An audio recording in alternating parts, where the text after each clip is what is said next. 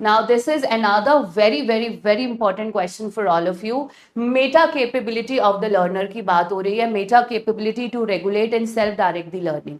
अब ये जो क्वेश्चन है ना, ये जो क्वेश्चन है, ये गिवन है by the dynamic model of learner autonomy which is given by Tassinari. तो this was the question in the UGC examination 2025. अब तासीनारी के इस मॉडल की क्या खास बात है? Dynamic model of learner autonomy.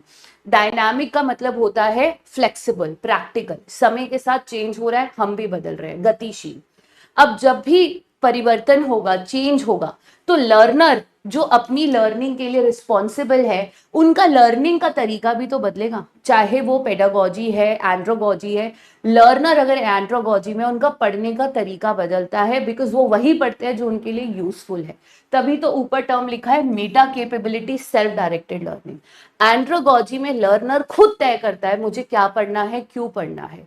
Father of andragogy is Malcolm Knowles. Term is given by Alexander Kapp. अब ये जो मॉडल है dynamic model of learner autonomy, जो गिवन है आपका तासीनारी के द्वारा, इसके अंदर आपका कॉग्निटिव डोमेन भी आता है, इसके अंदर आपका अफेक्टिव डोमेन भी आता है, इसमें आपका साइकोमोटर डोमेन भी आता है, और साथ ही साथ मेटा कॉग्निशन भी आता है. You also include Meta cognition in it. तो ये जो मॉडल है तासीनारी का, ये एग्जाम पॉइंट ऑफ व्यू से बहुत ज्यादा इंपॉर्टेंट है, जिसमें आपकी cognitive domain, affective domain, psychomotor domain, thinking over thinking, knowing over knowing, cooperation, balancing, structuring, self directed learning, सब कुछ आता है. तो प्लीज ये इंपॉर्टेंट है एग्जाम के लिए.